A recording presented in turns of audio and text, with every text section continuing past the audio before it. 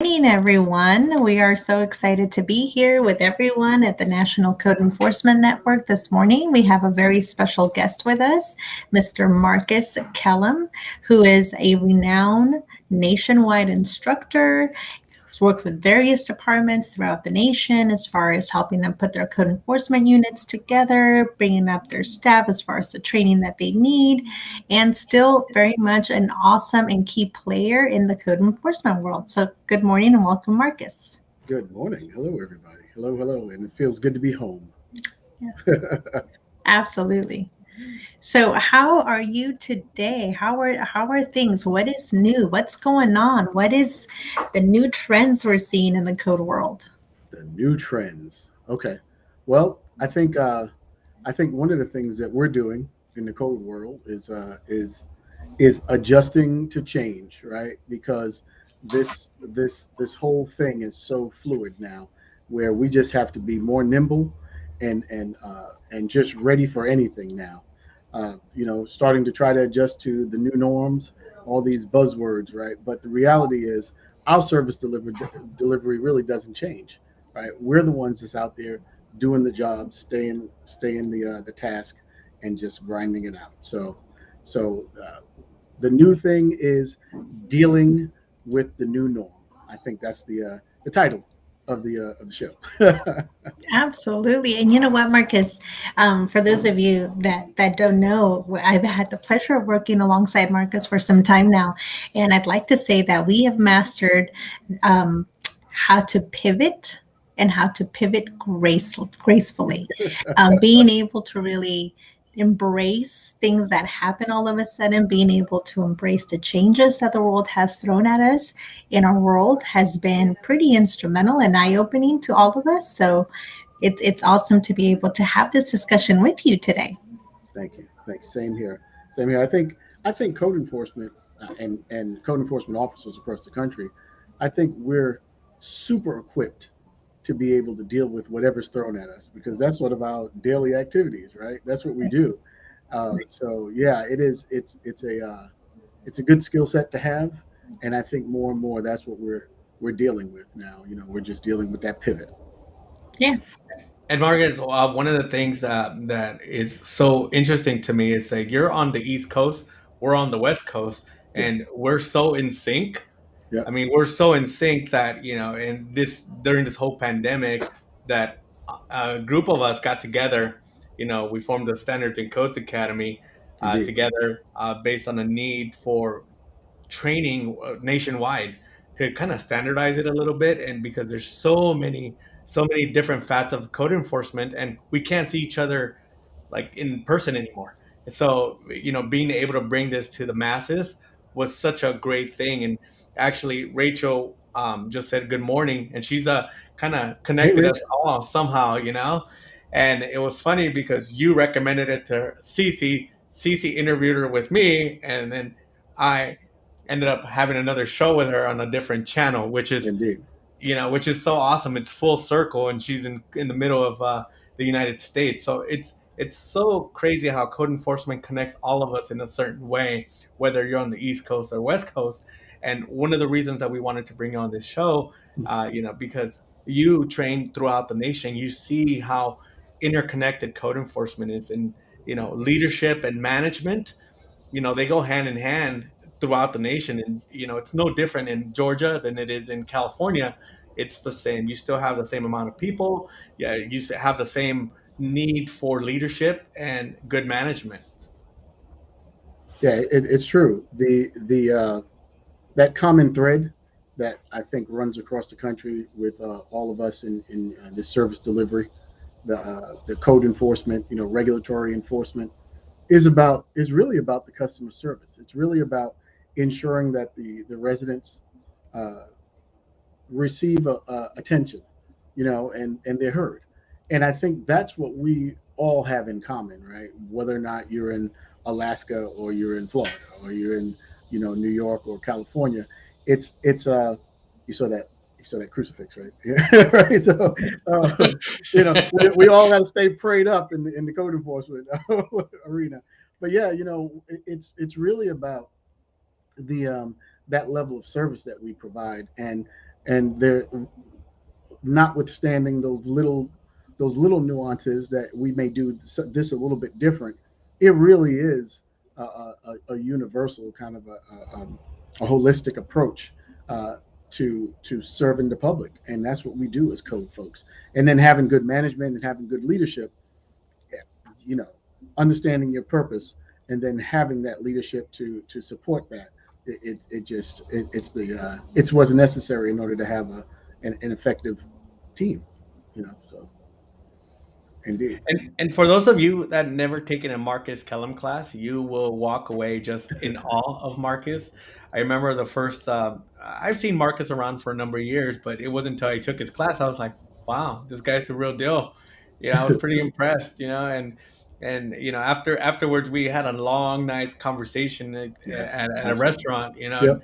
we just had a long conversation, and it's funny because I didn't even know the guy, but I felt like I'd known him for years, and it was just an amazing, it was just a camaraderie that we as code enforcement professionals have throughout the nation, whether it's at ACE or any of these seminars that are done across the country. We just have this camaraderie, and the more we network, the more people we meet, and it's just an exciting time to be in code enforcement. I think right now, if anything, it's been the most out there than it's ever been, and that's partly because of folks like Marcus and Cecilia and Rachel and Greg Smith and Kelvin Bean and myself.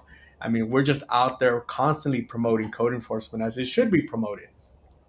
Yeah, it's a discipline that has gone unrecognized for a long time, and absolutely, I think Standards and Codes Academy was was was necessary to kind of merge all of that together and develop a platform to really elevate code enforcement. I think before, we sort of got lumped in with the building and with the planning, and just never really felt the love that the police department or the fire department felt.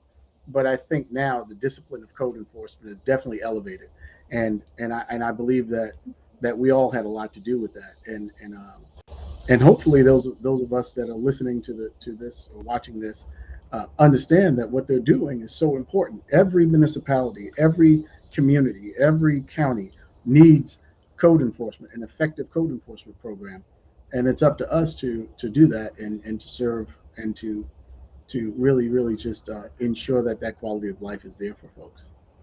Yeah.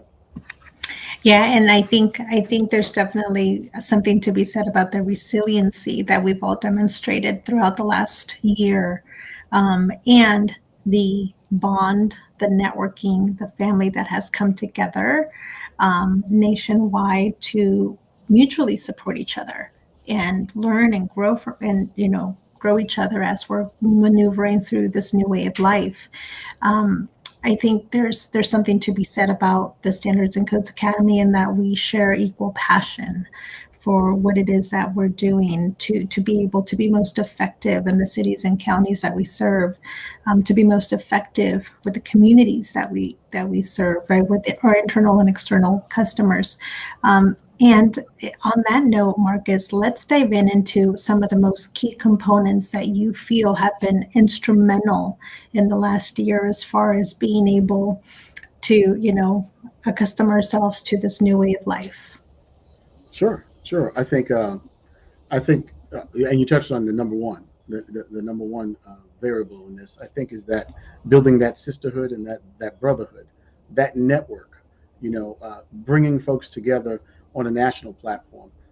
Standards and Codes Academy offered town halls, and this is just not necessarily about the Standards and Codes Academy, because let's just be clear, there are other organizations across the country that represent code enforcement, right?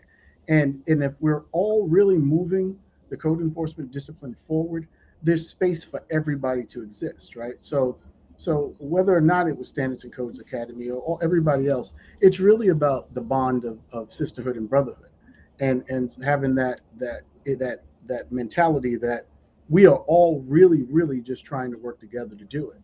So what did we have to do? Uh, we had to share our war stories with each other. We had to ask people across the country, hey, what are you guys doing about picking up, the social distancing? How are you guys doing it? What equipment are you using? So all of a sudden, we had this need.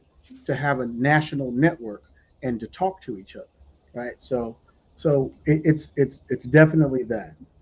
Secondly, I think is retooling the way that we do our job, right? We had to reimagine how we do code enforcement. At one point, doing a virtual inspection was something to laugh at, right? Folks talked about, hey, we should do virtual inspections, and other folks were like, please, that's too far off in the future. And suddenly, the future became the present, and we had to retool, and we had to learn a way to do things differently, right? While still providing the service, still providing the customer service. Uh, the idea of implementing new strategies and integrating technology into what we're doing. This is inevitable, folks. For those of you folks who didn't think that, for instance, what we're doing right now, right, having this podcast, being able to communicate with people across the country and internationally, this is an incredible tool. And if we learn to bridge that gap with delivering code enforcement and introducing technology and that type of initiative, uh, being progressive in this code enforcement field, we can really, really gain the recognition that I think that we deserve. And And oh, sorry about no, that. no, no, that's really that's it. One of the things that brought out this whole pandemic that brought out was a lot of innovation, and it's amazing how different our code enforcement is from 5 years ago, just given in this 1 year time span. I mean, we're doing podcasts, webcasts, town halls. I mean, it is crazy, and the more ideas people have, they're not really far-fetched anymore, because they're now reachable, and people can do them as long as they have the will and the courage to do them. Yeah. And I remember the first podcast that we had. We were like, it was like we didn't know what we were doing. We still don't know what we're doing. We're learning as we're going. We ask the questions, we bring guests, we don't prompt you, we just kind of naturally flow on what we know and what we can contribute to our brothers and sisters in code enforcement. Now, when it comes to leadership and management, you've been a leader for years, and a lot of people really never, that never had the opportunity to know about you. I mean, can you give us a little bit of how you ended up in code enforcement? Like I asked the guy last week if he wanted to grow up to be a receiver. Did you want to grow up and be in the owner of Metric One code enforcement training and consulting? So Absolutely. From the time I was 4 years old, I've dreamed about. No, that's not true at all. Uh, the what led me to code enforcement was just that that desire to serve the public, right? I'm a New York City native, born and raised in Brooklyn, New York. I always have to put that stamp on it, right? And uh, early career back in the late 80s. I'm dating myself. Some of you folks weren't even around, right? But in the late 80s, I joined the team of the New York City Department of Environmental Protection, and I worked with the Water Resource Department, and I saw how important it was to actually ensure that there was a certain quality and a certain protection, right? And I worked in the inspection division, which were the regulator kind of guys, and I thought it was incredible that it was a new world for me, understanding that there was an environmental control board, and we had all these other agencies in New York City that monitored the quality of life. And I'm like, what is this? Asbestos and air and resources, air noise, and all of these other guys. And it really, really got me interested in wanting to pursue that whole sort of arena.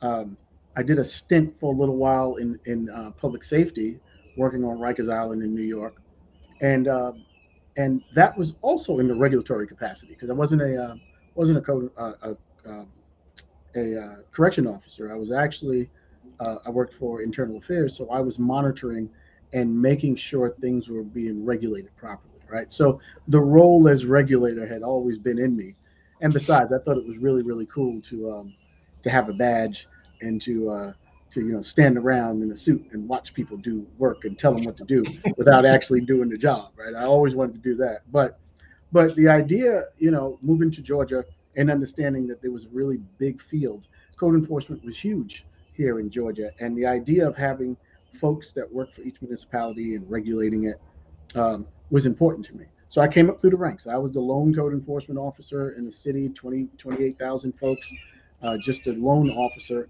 And I rose in ranks through hard work and just focus. I became the chief of the department, and then I became the division manager, and then I became the director. And I had 150 folks working with me uh, during my last stint. And then I decided that it was time to actually take the show on the road for myself. And that's when Metric One was born.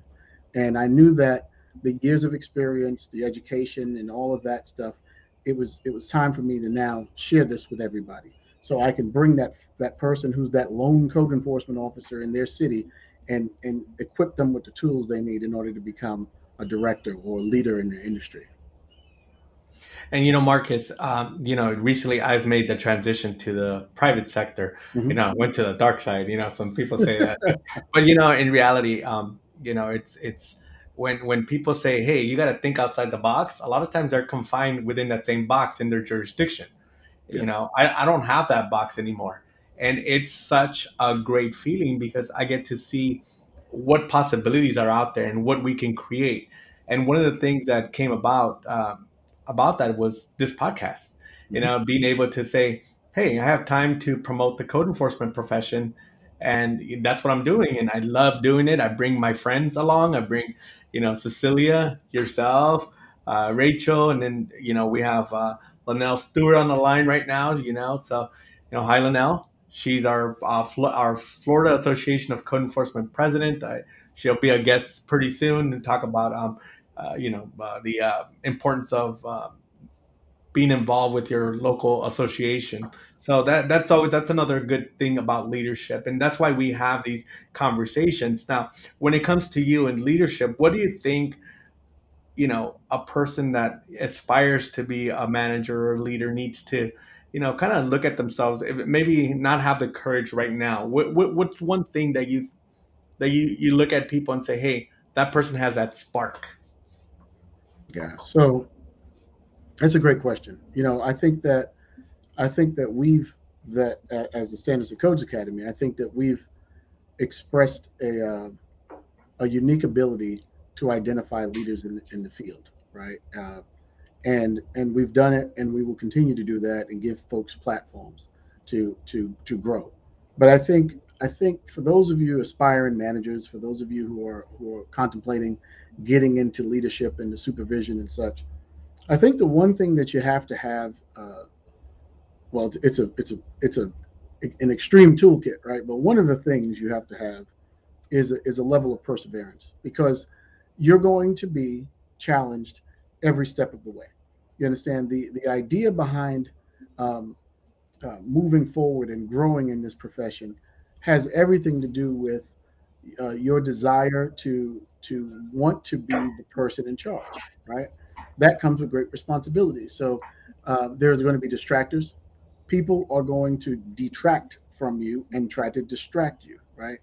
And your role is to continue to push forward and to understand that those challenges are temporary, right? If you have a focus, if you know what you're working for, if you know where you want to go, it's important that you just kind of persevere and keep it going. The idea is to identify what it is that you want, right? And identify somebody who has something similar to what you want, and find out what they did in order to get there, right? Your path may not necessarily be theirs, but it gives you a road. It gives you a roadmap on where you want to go and how you want to do it, right? So perseverance, I think, is the number one factor for a leader, and then focus. Just remaining focused on keeping your eyes on the prize, if you will, and moving forward. Thank you, Marcus. Yeah, and I think that with that, it's definitely something that I think was tested in the last year and a half, almost two, Marcus, with all the changes. Um, like we spoke about earlier, not necessarily reinventing the wheel, but being innovative, right? Innovating with the tools that we already have, learning some new tricks, planning ahead for the future. I think there's something to be said about the state of how many cities and counties found themselves when COVID hit, right? We were all just kind of scrambling to try to figure out what was next. And I think that the perseverance really was shown through the leadership in those different agencies where, you know, we took the bull by the horns and said, okay, let's do this. You know, we didn't plan for it. We're going to pivot. We're going to figure it out. We're going to embrace the change and see where it takes us. And so, along with that is very much the idea, and not necessarily the idea, but the existence of your subordinates watching you, right? Watching you in action, watching how you're leading, seeing the strengths that you have as a leader as far as how you're going to take about a certain decision that's now going to impact them. For example, many departments are enforcing COVID, right? And issuing citations. That's something new to code enforcement. So being able to really say, hey, you know what? I know this isn't ideal necessarily, and I know this is not something that we were planning for. However, we are needed in this new role, and this is how we're going to execute this. This is how we're going to take this about. This is what's going to happen now, and it's going to be okay. But being able to reassure your employees, your staff, your colleagues, that with change, you know, there are some positive things that will come out of that. And although it may not feel that way right away, eventually it does, you know. So I think that the perseverance that really shows when you're put into that very, you know, tight, hot position of making some pretty drastic changes to the department when you're hit with a pandemic. Yeah, and you know, Cece, the interesting part about that is some folks persevered. Some departments performed outstanding, and some folks crashed and burned. Right. This was definitely an exercise to see who was ready and who wasn't. Right. And I think for those of us who are contemplating getting in, or those of us who are currently in leadership positions, it's really about looking up, and you could take one of two things, right? You can either learn exactly what to do in a time of crisis, or learn exactly what not to do in a time of crisis by just watching and seeing who actually did their damn thing and who didn't, right? A lot of municipalities really showed out and really did a good job because there was some level of preparedness for they there was an expectation, and they were able to meet that expectation. And some folks failed miserably, right? So there's a lesson in everything. You know, watch and learn what to do and what not to do, because the lessons are equally as important. You know, one thing that we had our guest last week, which was a legislator, and we talked about, you know, in crises, sometimes you kind of see what your code enforcement division's made of, like you're stating, and you know, and if some of us came out as essential employees, and some folks were just like, "Hey, go home," and then some people were like, "Stay home." You know, we're doing okay without you, and it became, you know, one of those situations where you really started to see that maybe code enforcement was a luxury, and because they weren't treated as essential employees. And for us, you know, we're all essential, but if you're not using us essentially, then you're going to have issues. Yeah, that is so true. And I am outside, so if you hear that background noise, there's a lot of stuff going on back there. A So rattlesnake, huh? yeah. That's yeah. So yeah, the being essential, right? That was always one of those concepts that kind of eluded code enforcement. Like, what do we really do? Who are we really, right? Those are kind of things. And I think you said it. I think your assessment was correct. There were some folks who came out on the other side of this and really proved to the community that they were truly needed as a service delivery in their particular community, right? And the ones that didn't, uh, either never really had the leadership, never really had the vision, and never really had their purpose given to them, right? And when I say given to them, meaning the role that you play in your municipality as a regulator you should understand what it is that you're responsible for. And if we could live without you, then why are we paying for you, right? If your department, and I know a couple of departments, as you said, Pete, folks have been home for a year and a half, like not doing anything, right, but getting paid. So if that's the case, then you really have to wonder why. What were we doing in the first place? You mentioned the perspective of working from the private sector versus the public sector, and I think that's where some of the stuff gets lost in translation, right? The public sector's perspective is we're a service and you need us. Where the private sector's perspective is literally this is a service that we can be efficient at, right? Two different philosophies, and and the private sector thrives in that way because there's a public sector mentality. Folks, folks in leadership positions and some elected folks, they don't understand that there's always a way to do things better. And if service of the residents is actually what they're after, there's ways to do it more efficiently and more effectively. And that's what the private sector has been successful in doing, in showing that there's a better way to do it. Sometimes with the same people, they take the same staff that's been in a municipality forever, retool them, and all of a sudden they're operating at 35% more efficiency than they had the entire time they've been there for their entire career. So it is about leadership. It is about understanding purpose and service delivery. And one of the things, Mark, is that I've noticed. I've done stints like you have in several municipalities, and when I arrive, I'm always, it's funny because my leadership style is a little bit different than everybody's. Um, yeah, the first year people hate me. They hate me because I'm looking and I'm asking a lot of questions. Why are you doing it like this? Why are you doing this? Well, how come that? And it's funny. And when people say we don't do that, I'm like, why don't we do that? Well, we just don't. I'm like, well, it's in the municipal code. Well, we don't enforce that. Well, why is it in there? Well, we just don't enforce it. And I ask these questions. It annoys people because I want people to critically think about what they're doing. And then after that year, I start implementing change, and people hate change. I'm always the most hated guy for the first year until second year, third year, people start kind of like getting used to like my style, and that's my type of leadership. And now it's some of us like some of us have parents that they wave the finger, and you get things done. Some people give you timeouts, some people ground you, and some people get a whipping. Mm-hmm.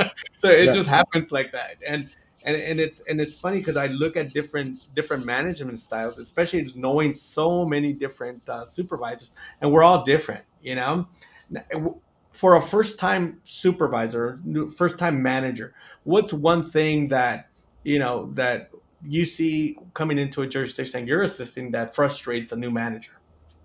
Yeah, and I think it's important, Pete, to differentiate those levels of responsibility, right? Your supervisor should not have managerial duties.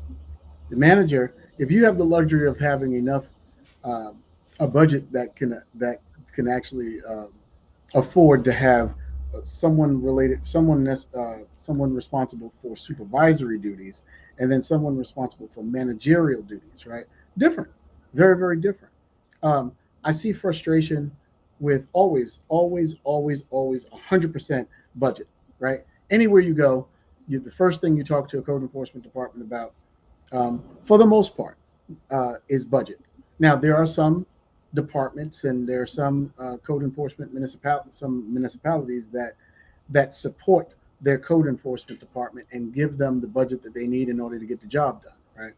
But one of the things that I hear is the frustration is based on budget.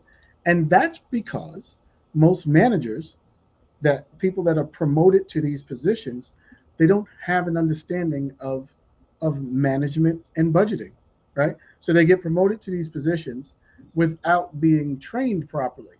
So the frustration is, well, I'm trying to do this for the department, I'm trying to do that for the department, but somebody else handles something. Well, it's your responsibility to find out how it's done. And then don't wait for your municipality to send you to teach you how to do a budget, a municipal budget.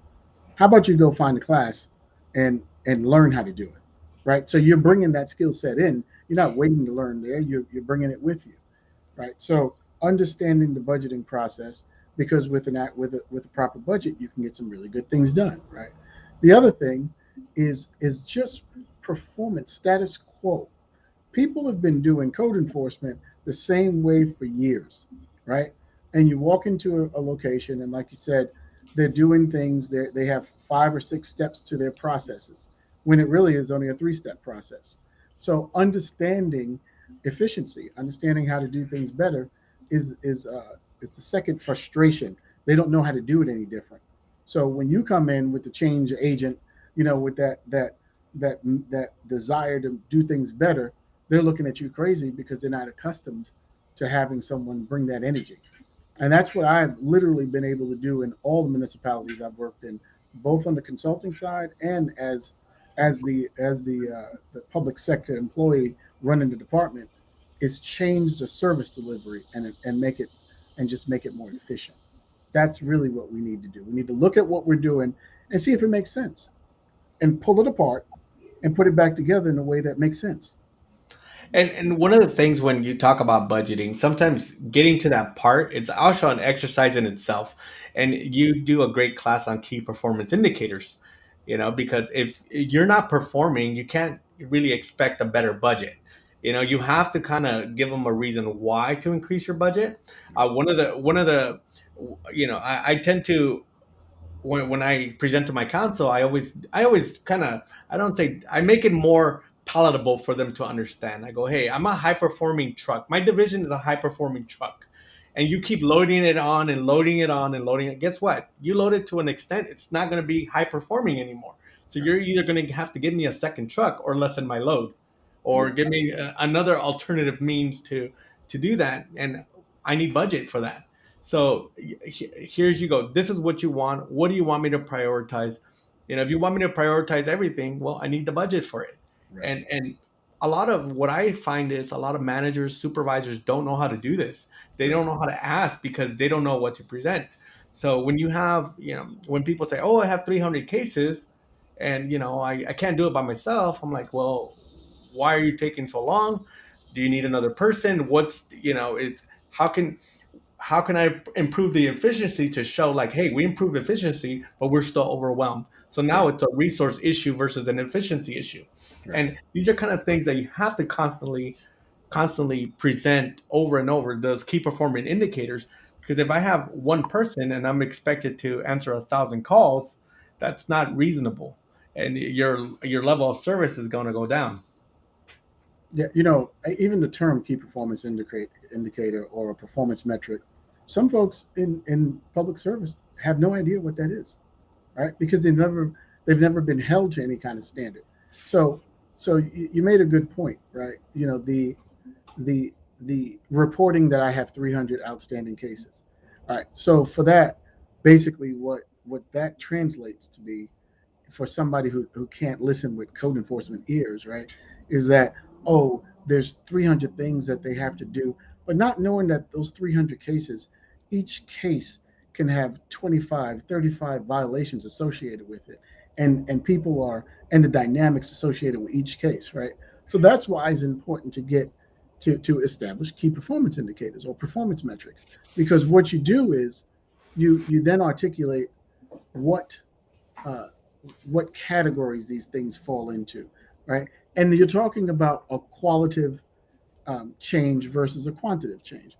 So, is it cool to have 1,000 outstanding cases, or is it cool to have 3 outstanding cases, right? That those 3 cases can potentially um, allow one person to work 3 cases for a year, if the cases are such that they're so much that they have such an impact on the community, right? Do I want 3 really good cases that change the quality of life for people, or do I want 1,000 little cases, the low hanging fruit? What is it that I'm looking for? What is the expectation of the municipality, and what is the expectation of your team? Who's doing what? Those kinds of things people don't even think about in code enforcement. All they're out there doing is picking up signs on the side of the road and throwing some illegally dumped tires on the back of the truck and keeping it moving and writing a high weeds and grass notice of violation. That's not what it is. We have to think about code enforcement as a mission driven service. And once you start thinking about it like that, it changes. It changes how people perceive you, and it changes what you can accomplish. Right, exactly. And we did a little exercise at a previous jurisdiction that I worked in, and really broke down through a process map. How everything plays out. From start to finish. And the whole purpose of that was because I wanted to get the minds going as far as how much time is going into areas that are unnecessary, that are making our work much harder and taking more of our time up when it could be a quick, step one, step two, step three, done. Right. And it was eye opening to really see, oh my gosh, we have like 10 steps for something that really doesn't require 10 steps. And Right. where can we go ahead and allocate that time to? The larger cases that are high profile, that are substandard versus the small little cases like you state, Marcus, the signs and the trash debris and all that small little nuance case, right? So it really is so important for purposes of most effectiveness, right, with departments to really be able to dig in and dig deep as to what exactly is going on, how they're set up, how they function, because functionality plays a huge role with the KPIs, as you mentioned. So, and budget, right? It all links up. So it's super, super important to be able to really take a step back and look at it. If you haven't done so, try it, see where you're at, see where you stand. You'd be surprised at how much time is going into areas that don't really require it.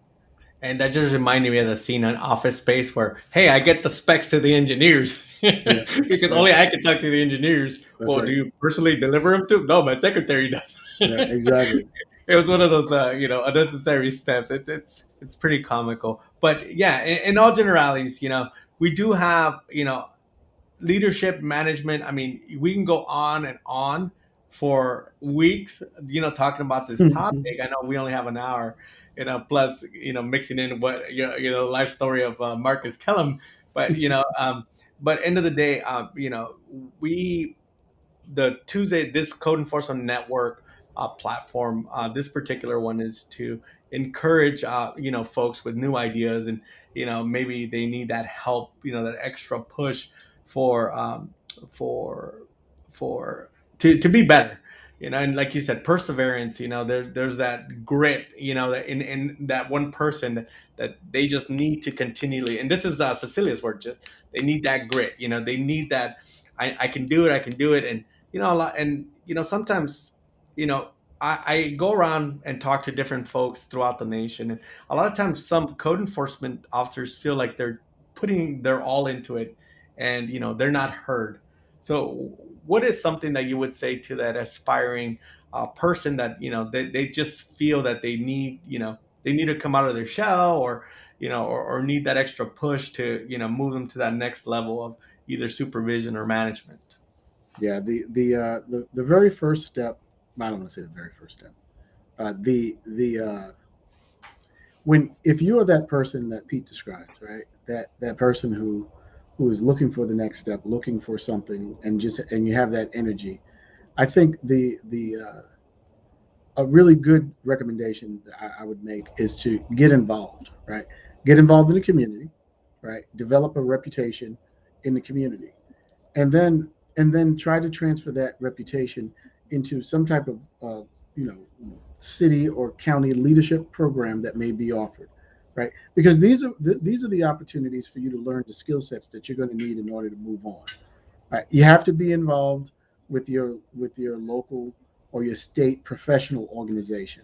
You got to get involved. You just don't attend the classes and go to the conferences. You have to get involved because if you're really going to be trying to make a change, right, you need to be a part of a committee or you need to run for office and use that energy that you have to transform the way that service is delivered and the way that your professional organization is handling all the officers in your state, right? So all of a sudden you have not you're not just in your box anymore, right? You're not in your little city. You've reached out. You've done some community work. You've done some leadership work, maybe on the county level, and now you're working with your state organization. So all of a sudden you are growing, and all along with that perseverance that we talked about, you should be looking at the next step, right? Because it's about the future. It's about what you do now is an investment in the future. You know, when you know, this is, you know, and holding an apple in your hand, right? If you hold an apple in your hand, that apple represents represents the a future, because when it was planted, right, it wasn't an apple. It was planted for the with the idea that it will eventually become an apple. So when you do what you do, right, when you are working on working through the organizations and trying to grow and trying to learn and volunteering, and when you do this stuff, it's with it's the seeds that you're planting, because your future you needs to know that you're prepared to be where you are. You have to do these things, right? So you work through your professional organizations, and then you try to move on to a national organization, and you meet and talk to people, and you grow and you learn from everybody, and you share. The whole idea is, when I recognized that there was a lot that I needed to share with people, uh, the first thing I did was try to get on a platform where I can talk, where I can distribute, where I can put together, step by step booklets for people to learn and to train them. Right? The idea of SACA it was a consortium of folks that wanted to share. Right? So sharing the knowledge is important. In fact, talking about sharing knowledge, um, the whole idea of attending these types of organizations, these professional organizations, these conferences, local conferences, national conferences are important. Next year in May, we're actually the Standards and Codes Academy is hosting a conference, a 3-day conference in Austin, Texas. In fact, Pete, would you happen to have access?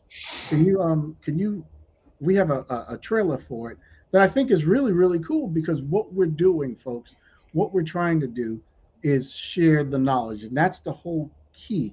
That's what I've always wanted to do. And I think that's the mission of the Standards and Codes Academy. Right. I don't know if you have it, Pete. Yeah, I loaded it up. Hold on Yeah, let's show it to the folks so they can see it. one second.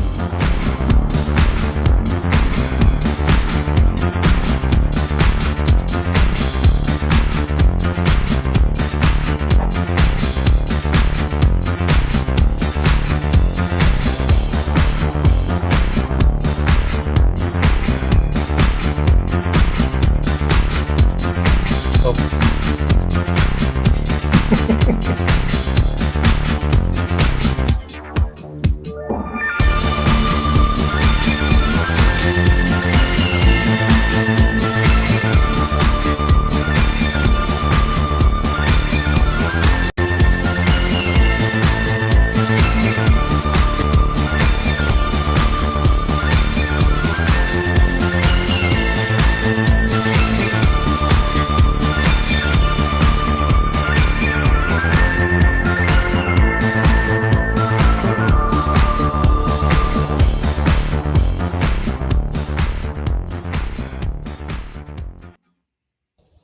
So in your quest, if you're that person, right? If you're that person that's looking for opportunities to grow and to learn, attending conferences like the one you just saw is exactly the route that you need to go, and network and talk to people and share. That's the key. That's the key is opening yourself and giving of yourself to sharing and learning. so with that saying that, you're going to be at the ACE conference. You're going to be teaching at the ACE conference, correct? Yes, that is So correct. Cecilia, I believe she's teaching at the ACE conference as well. And I know I'm going to be attending Pittsburgh in about a week or maybe 2 weeks. Cecilia, 2 weeks, 1 week. Next week. Next week. So we'll be in Pittsburgh. So if you happen to see myself, Cecilia, reach out. If you see Marcus, reach out. He's not a scary guy. He looks scary on, you know.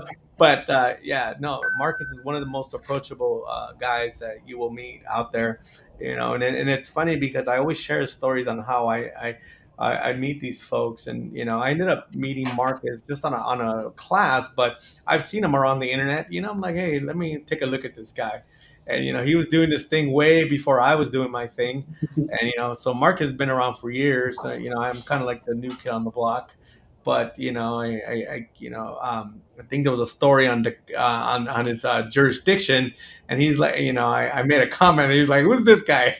Yeah, And it was like exactly. kind of extension. But you know, at the end of the day, you know, I share tons of stories online because they're important, whether they're good, bad, or indifferent. It's important to have these stories online, you know. So, and you know, sometimes they're good stories, sometimes they're bad stories. There's sometimes like Marcus says, you know, sometimes you learn on what to do and what not to do. And that is an important learning tool that we have as code enforcement officers. And having these platforms like LinkedIn or Facebook or YouTube, it's important to continue to contribute to that education because some of us don't get the opportunity to go because we don't have budget, you Right. know. But you know, so what do? We find things on the internet, and one of the things that I look at when I interview folks is how much homework they actually do on the internet, and because they don't have formal training, so they go on the internet, and of course they always see the crazy stuff on the on code enforcement. Right. But there are good training videos out there. You know, I've seen a couple, I've run across a couple, I've created a couple. You know, so I think there's always learning material out there, and for those that want it, who, you know, there's always something inside of us that say we can do something different. The reason Marcus teaches nationwide is because there was something in him that he can do more. Something in Cecilia that says, "Hey, I can do more." And she started a women's leadership program, the Women Leaders in Code Enforcement. You know, I do the Code Enforcement Educators, where I provide free information on code enforcement. You know, so there's, you know, we put our forces together to create this Standards and Codes Academy. You know, we're our own individuals. We don't answer to anybody but ourselves. But when we come together, we have a commonality and say, hey, how do we make our code enforcement profession just that much better? And you know, when we come together, it's like the Planeteers, you know. Oh, Mhm. so Mhm. you know, to me that's something special. But you know, and as far as you know, leadership or management, is there anything that you know you want to say to the next Marcus or the next Cecilia, the next Pete in the code enforcement profession? You know, some words of wisdom, you might say. Yeah, you know, so there is going to be a need in the next several years for the next wave of leaders to come in. You know, we're doing what we're going to do, and we're setting up platforms for everybody to learn. But eventually, we're going to have to pass the baton, right? So it's time now. If you have the conference in Glendale, the American Association of Code Enforcement, ACES conference, I'm teaching a class, a train to trainer class for anybody who's attending that conference. If you've ever wanted to get up in front of the room and teach a class, and you never really, you've never done it, or you feel like you need some tips, I'm going to try to share the years of experience that I have to try to make you a better trainer. Right? It's a train to trainer classes on Friday, so look for that. But the words of wisdom that I will impart to you is, we're going to need you. We're going to need folks who are ready to to to to take the helm. We're going to need qualified, experienced people to take the helm, and it's important. It's important that you learn the right way to do things, because you'll wind up, if you learn the wrong way, right, you'll wind up doing yourself a disservice and your entire community a disservice. The reality is, if what we're trying to accomplish is is to move the profession forward and provide a level of service to folks that they will appreciate, right? We all need to be cohesive in this approach. We all need to be cohesive in this approach, and it doesn't really matter whether or not one person is more popular. You do your part. you do your part. Pete mentioned I've been training for years. I'm probably up to about 20,000 officers, like a real count. I think about 20,000 officers have come through, officers, inspectors, permit clerks, all types of folks have come through some type of training that I've done over the last 10 to 15 years, right? 18 states. I've been all over the place. The idea behind that is it's not about bragging, it's about being able to say, hey, listen, I've been able to give. I've been able to work with folks and inspire folks and help folks get to a point to where they are now. So that's our role. That's our job. I know with Standards and Codes Academy, that's what we're trying to do. But myself, definitely, Metric One, we the whole idea, it was formed to help be better at what we're doing. So words of wisdom, um, we need you. We need you. So if you've not thought about going into leadership or going into management, hopefully, hopefully this was the inspiration. We need you. So let's talk. Connect with us. We are available. If you go to www.standardsandcodesacademy.com, if you go to marcuskellum.com, you can link to us. You can talk to us. We are here. We are accessible, and our entire mission is to help you grow and become better at what you do. Excellent, excellent. And yes, absolutely. The mission is to pay it forward, to be able to give and foster those opportunities of growth to our community of code officers nationwide. And let me expand that a little bit to the community of our building industry colleagues, right? Our techs, our code techs, our inspectors, our code officers, our fire prevention inspectors, anybody that's wanting to take that role of leadership, take that role of being able to also pay it forward, to also educate in the future as we're moving along. Because, like Marcus said, there is a great need for it. So, absolutely. Thank you, Marcus, for that. Thank And you. Marcus, it's funny because going back to your story, how you started. Some people start code enforcement and then they discover the environmental portion of it, and every and it's funny because the more we evolve, the more leaders we need.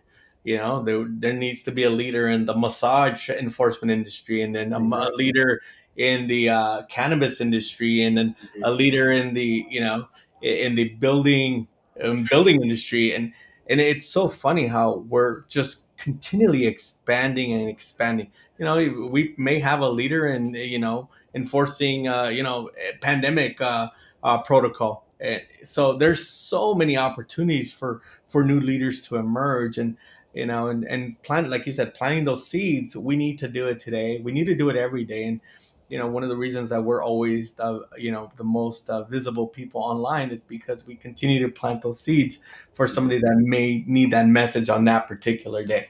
That's right. Somebody tuning in today might have heard that little spark, that little nugget that you just threw at them today, that needed to put that fire under their tail and say, hey, let's get it going.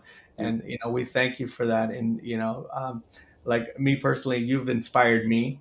I've giving you plenty phone calls over the years, and multiple hours, and then bounce ideas back and forth. And it's you've been instrumental in creating what it is, Pete Roque, and and all the things that I've done. So I appreciate that, and I appreciate you, and thank you for all that you've done for me and the profession in general. Thank you, Pete. I appreciate that. Thank you very much. Cool. And with that, folks, I'd like to thank Marcus Kellum for joining us today. It's an honor and a pleasure to have him. And so other than that, thank you all, and I will see you next week. We will see you next week. Thank you, All right. CC. Thank you, Pete. Thank you guys too, take care. Marcus. Thank you, Awesome. Pete. Pleasure. Thank you. Bye bye.